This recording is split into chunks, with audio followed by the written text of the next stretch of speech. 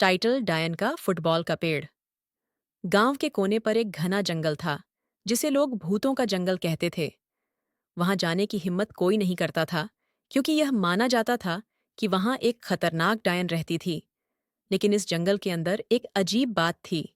एक पेड़ जो किसी फुटबॉल की तरह गोल गोल था।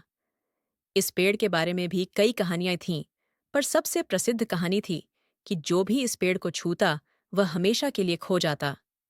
राहुल और उसके दोस्त गांव के ही स्कूल में पढ़ते थे। फुटबॉल खेलने का उन्हें बहुत शौक था, लेकिन गांव में मैदान की कमी थी। एक दिन उनके दोस्त अर्जुन ने मजाक में कहा, क्यों ना हम भूतों के जंगल में जाकर देखें कि वह फुटबॉल जैसा पेड़ सच में है या नहीं। राहुल ने थोड़ी हिचकिचाहट से कहा, क्या पागल हो गए हो? अगर सच में वह डायन हुई तो? लेकिन दोस्तों के जिद और उत्सुकता ने राहुल को मना लिया। एक शाम सूरज ढलने के बाद वे सब दोस्त जंगल की ओर चल दिए। रास्ते में डर की चर्चा हो रही थी, लेकिन अंदर कहीं न कहीं रोमांच का भी एहसास था। जंगल में प्रवेश करते ही अजीब सी ठंडी हवा ने सबको घेर लिया। राहुल ने पेड़ को देखा, बिल्कुल फुटबॉल की तरह गोल था।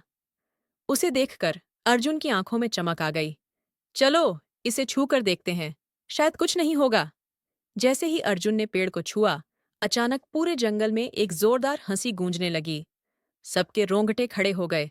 वह हंसी डायन की थी। अर्जुन को देखते ही राहुल चिल्लाया, भागो! लेकिन अर्जुन के पैर जमीन में जैसे जकड़ गए। वह हिला तक नहीं पा रहा था। तभी पेड़ की शाखाएं अर्जुन के चारों ओर लिपटने लगीं और धीरे धीरे उसे अपनी ओर खींचने लगीं।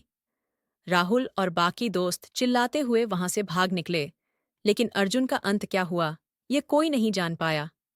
कहते हैं, उस दिन के बाद से वह पेड़ और बड़ा हो गया और अब हर साल एक नई शाखा निकलती है जो गांव के बच्चों को डराती है। लोग कहते हैं कि वह शाखाएं उन लोगों की आत्माएं हैं जिन्होंने उस पेड़ को छूने की गलती की थी। आज भी गांव के बच्चे उस पेड़ को डायन का फुटबॉल कहकर बुलाते हैं और उसे दूर से ही देख डर के मारे पीछे हट जाते हैं। कोई नहीं जानता कि वह पेड़ कब तक जीवित रहेगा, पर एक बात साफ है, उसे छूने की हिम्मत अब कोई नहीं करता।